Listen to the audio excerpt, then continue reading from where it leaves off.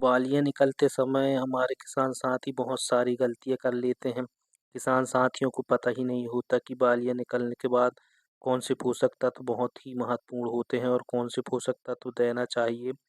किसान साथी यह समझते हैं कि हमारी बालियाँ निकल गईं, अब हम बेफ़िक्र हो गए, हमारी गेहूँ का उत्पादन अच्छा मिल जाएगा। यही गलती कर लेते हैं किसान साथी। यदि इस समय में अच्छे से ध्यान देंगे किसान साथियों, तो हमारी गेहूँ में उत्पादन में कमी नहीं आएगी और हमारी गेहूँ का उत्पादन अच्छा मिलेगा।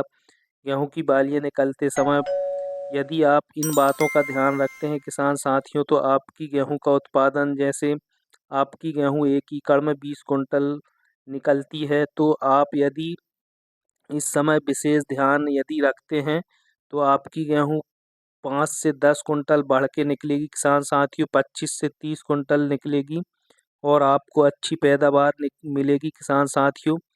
बालियाँ निकलने के बाद यही ध्यान रखना है किसान साथियों, और यदि आप यहाँ ध्यान नहीं रखते तो आप नुकसान उठा सकते हैं, आप गेहूँ की पैदावार में कमी पा सकते हैं।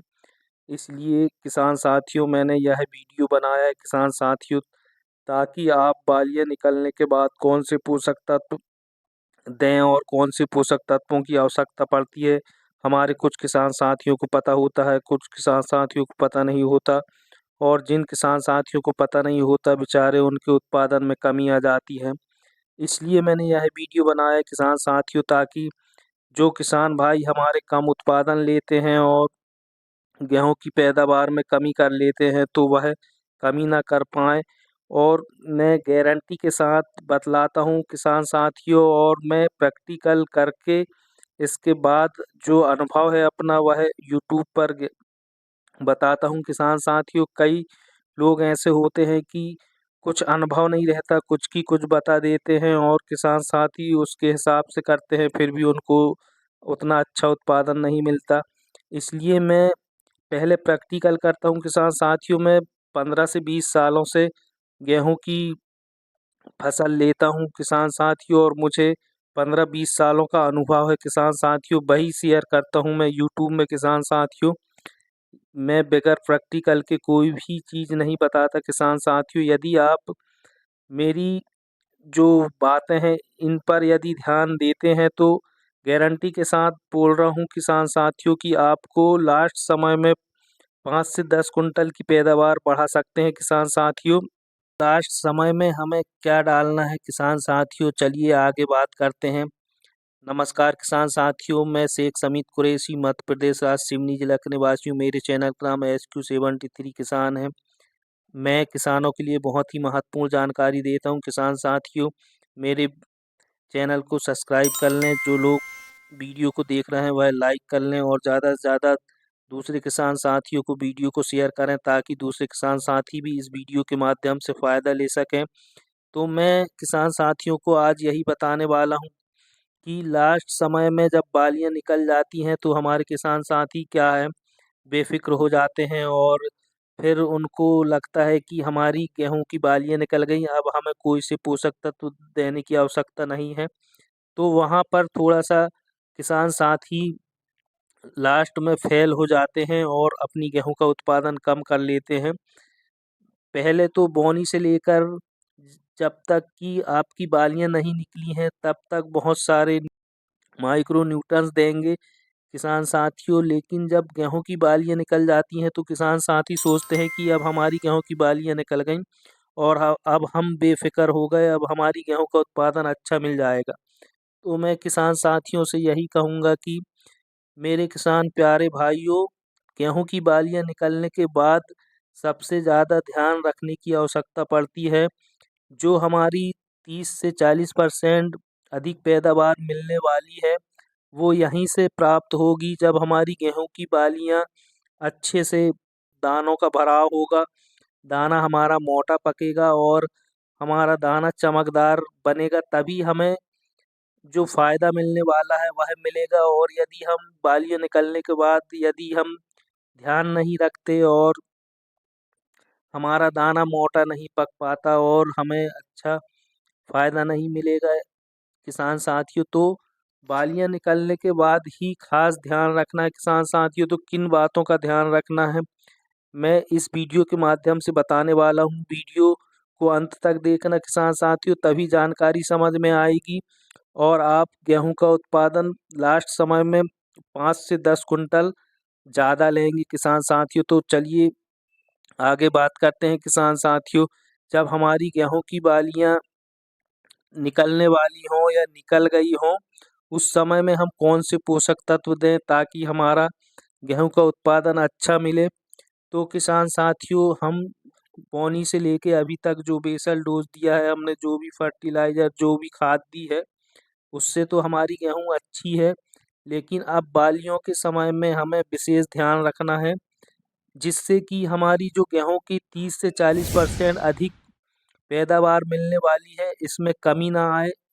इसलिए किसान साथियों, हमें गेहूँ की बालियाँ निकलते समय विशेष ध्यान रखना है और गेहूँ का उत्पादन कम नहीं करना है। गेहूँ की बालियाँ निकलते समय या गेहूँ की बालियाँ गभूट अवस्था में हो या गेहूँ की बालियाँ निकल रही हों या गेहूँ की बालियाँ निकल चुकी हों, इस अवस्था के बाद किसान साथियों, यदि हमारी गेहूँ में जो पोषक तत्वों की आवश्यकता है, इन पोषक तत्वों की हम पूर्ति कर देते हैं, तो हमारी गेहूँ में अच्छा उत्पादन मिलेगा किसान साथियों।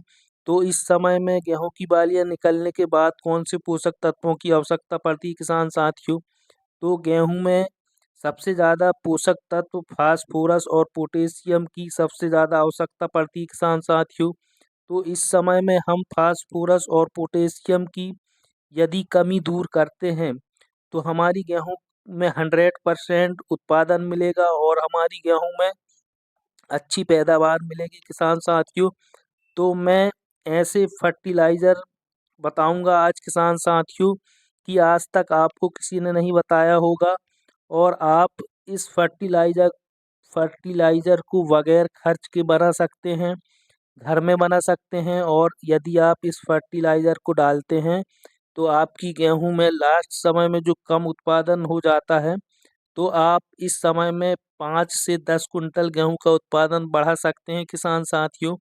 तो चलिए बताता हूं मैं कि लास्ट समय में गेहूं की बालियां निकलते समय हम, या गेहूं की बालियां निकल गई हैं, तो इस फर्टिलाइज़र को डालते हैं, तो हमारी गेहूं में लास्ट समय में 10 से 15 कुंटल का उत्पादन अच्छा मिलेगा। तो चलिए आगे बात करते हैं किसान साथियों, फर्टिलाइज़र कैसे बनाना है। और आप इस फर्टिलाइज़र को कोई भी पैसा खर्च करे बगैर बना सकते हैं किसान साथियों। घर पर ही बनाना है आपको यह फर्टिलाइज़र। तो आपको 10 लीटर गौमूत्र लेना है, 10 किलो गाय का गोबर लेना है। गाय के गोबर को 10 किलो जो गाय के गोबर लेंगे आप किसान साथियों, तो इसे आप 10 लीटर पानी में घोल बनाकर 24 घंटे के लिए रख दें। और इस घोल को रखते समय आप हर 4 घंटे में इसमें हिलाते रहें, कोई लकड़ी की सहायता से, या इसको घोल को हिलाते रहें ताकि ये अच्छे से बन पाए। जब 24 घंटे हो जाएं किसान साथियों, तो इस घोल को आप 100 लीटर पानी में मिलाकर छान लीजिए, अच्छे से छान लीजिए किसान साथियों। और इसके बाद आप 10 लीटर गौमूत्र मिलाइए। ऐसा 100 लीटर पानी में दोनों को मिलाकर किसान साथियों, आप 1 एकड़ ज़मीन में यदि छिड़काव करते हैं, तो आपकी गेहूं की बालियां में जो पोषक तत्वों की आवश्यकता है वह भरपूर हो जाएगी और आपकी गेहूं की बालियां मोटी बनेंगी। गेहूं की बालियों में दाना अच्छे से भरेगा, दाना मोटा बनेगा, चमकदार बनेगा। और आपकी गेहूं की बालियां जो, कुछ किसान साथियों की गेहूं की बालियां आधी ही दानों से भरती हैं और आधी खाली रह जाती हैं, तो यह शिकायत नहीं आएगी किसान साथियों। आपकी गेहूं की बालियों में, पूरी बालियों में दाना भरेगा और आपका दाना मोटा और चमकदार बनेगा। तो आप सोचते होंगे किसान साथियों, गाय के मूत्र से क्या होगा और गोबर से क्या होगा। ये मैंने प्रैक्टिकल किया है किसान साथियों, तभी बता रहा हूँ आपको। मैंने 1 एकड़ ज़मीन में डाला है और इसका एवरेज निकाला है। इसमें मैंने 5 एकड़ ज़मीन में गेहूँ की बुआई किया था। तो मैंने इसको 1 एकड़ ज़मीन में प्रैक्टिकल किया किसान साथियों।